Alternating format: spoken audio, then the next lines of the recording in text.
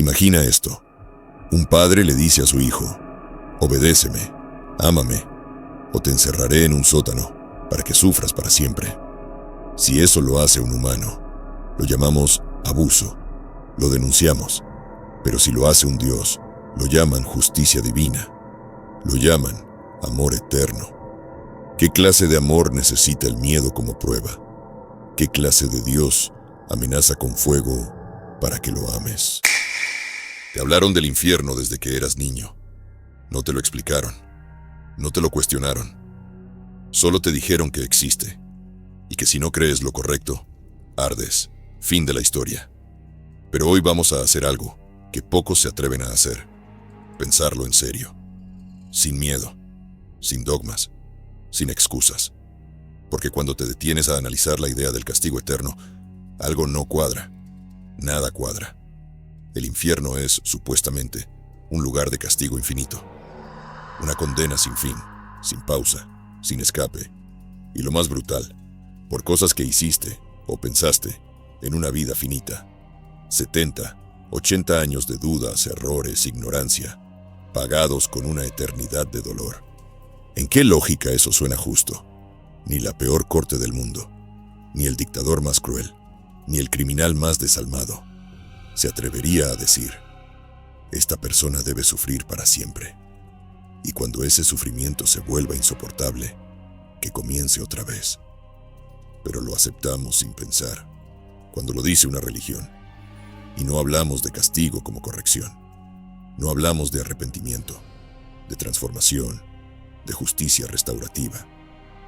No, hablamos de tortura sin fin, de una eternidad donde no hay redención posible, donde lo único que existe es el dolor, porque sí. Ni siquiera importa qué hiciste.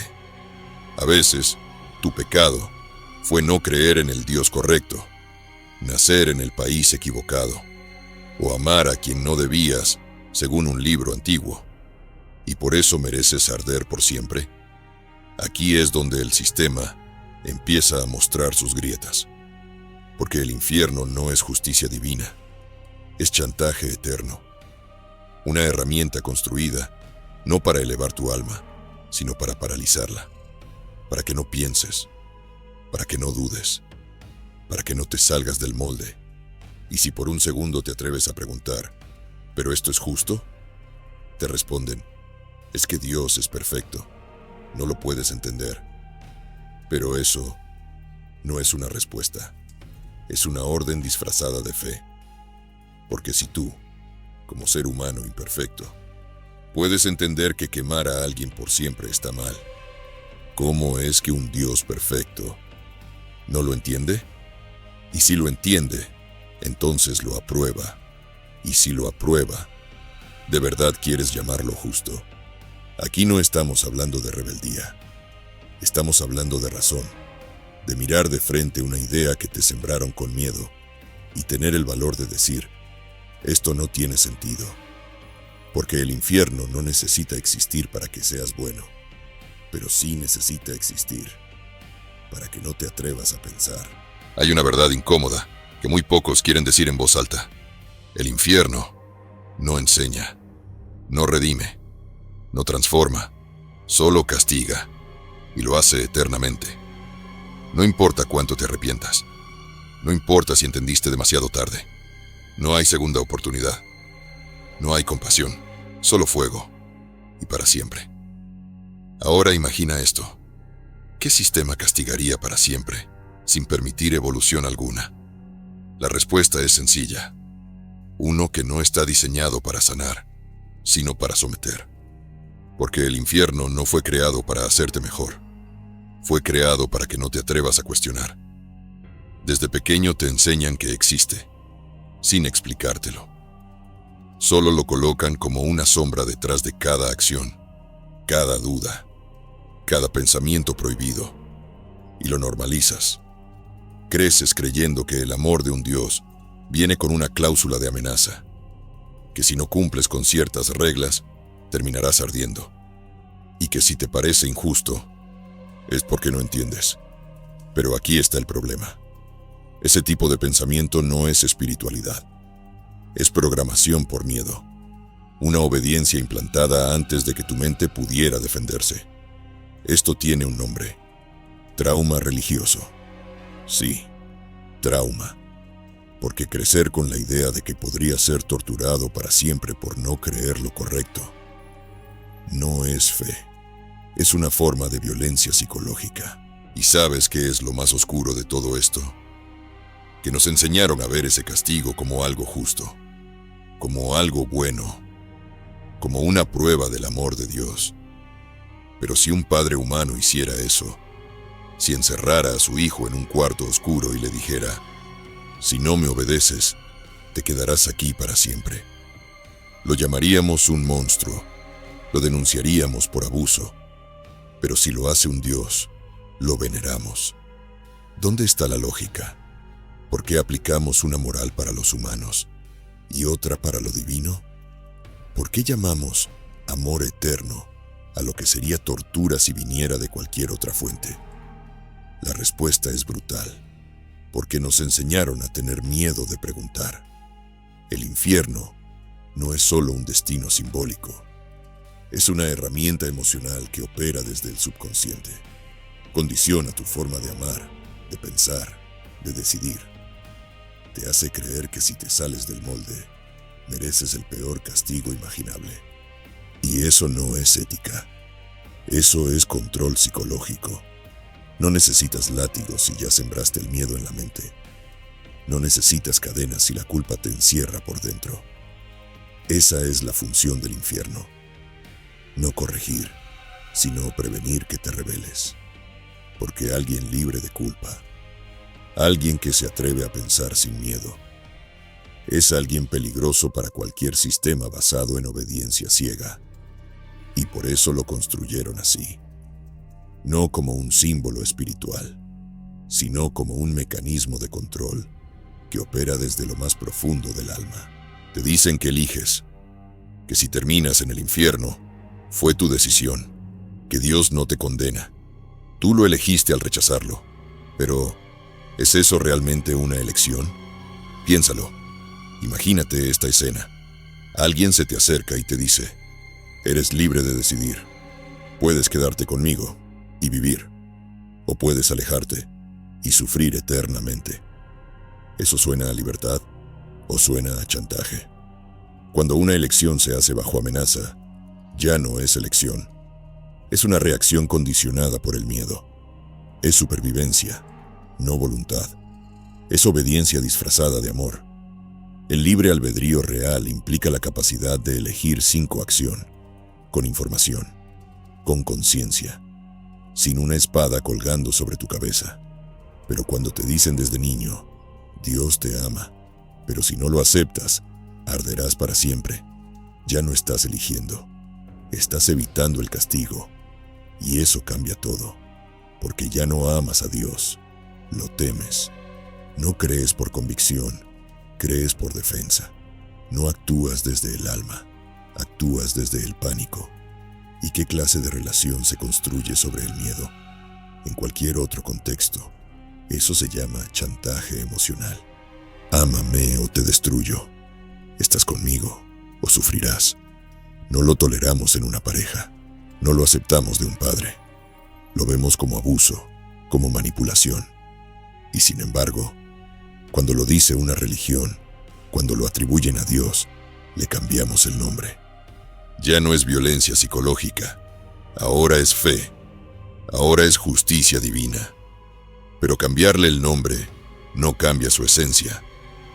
Porque si el libre albedrío consiste en elegir entre dos opciones, y una de ellas implica dolor eterno, entonces no estás eligiendo con libertad. Estás siendo presionado por una amenaza que opera a nivel existencial. Te hacen creer que tienes una opción, pero diseñan el sistema para que cualquier decisión fuera de su camino te condene. Y lo peor es que ni siquiera es una decisión informada. Muchos no conocen otra fe. Otros nacen en culturas distintas. Otros simplemente se cuestionan. Y aún así, todos son metidos en la misma bolsa. Los que merecen arder. ¿Dónde está la libertad en eso? El infierno, como idea, Destruye la posibilidad de un amor genuino hacia lo divino. Porque si amas a alguien porque debes, si obedeces porque temes, no estás amando, estás sobreviviendo. Y ese es el verdadero pecado del infierno. Robarte la libertad mientras te hace creer que la tienes. Porque nadie puede amar verdaderamente si hay una pistola invisible apuntando a su alma. Y lo más cruel es que después te culpan a ti. Te dicen que fuiste tú quien lo eligió, que tú te lo buscaste, que tú cerraste las puertas del cielo con tus dudas. Pero no, tú no elegiste el castigo. Tú solo fuiste un niño con miedo, tratando de entender un mundo que te amenazó con fuego si pensabas diferente. Y si eso te parece familiar, es porque no es espiritualidad, es control, vestido con túnicas, bendecido en rituales, pero control, al fin y al cabo. Tal vez pienses que el miedo al infierno funciona, que gracias a él muchas personas se comportan mejor, que si no existiera esa amenaza, el mundo sería un caos. Pero eso no es moralidad, eso es control conductual, adiestramiento religioso. Y lo más peligroso, es una moral basada en el miedo, no en la compasión. Porque cuando haces lo correcto solo para evitar el castigo, no estás actuando desde tu conciencia, estás actuando desde el pánico. Tu bondad se vuelve un negocio. Si soy bueno, me salvo. Si peco, me condeno. Una ética transaccional, fría, condicionada, ciega. Y esa no es la clase de humanidad que deberíamos aspirar a ser. Esa es la clase de humanidad que camina con culpa, que ayuda por obligación, que ama con miedo. Pero lo más grave no es lo que hace el infierno dentro de ti, sino lo que ha permitido afuera de ti. Porque cuando una idea tan cruel como la tortura eterna es justificada como justicia divina, entonces todo puede ser justificado en nombre de esa misma lógica. Y lo ha sido. Guerras santas, cruzadas por amor a las almas perdidas, cárceles espirituales para quien se atreva a amar diferente, pensar diferente, vivir diferente. Todo validado por la creencia de que el fin justifica los medios, de que el castigo es necesario, de que Dios lo quiere así. Y así, el infierno se vuelve excusa, permiso para odiar, para excluir, para destruir, con buena conciencia. ¿Te das cuenta? Una idea que supuestamente existe para frenar el mal, se ha usado como combustible del mal. Y no solo en la historia, también en tu vida cotidiana. Cuando te enseñan que ayudar al otro salva tu alma, no estás siendo compasivo.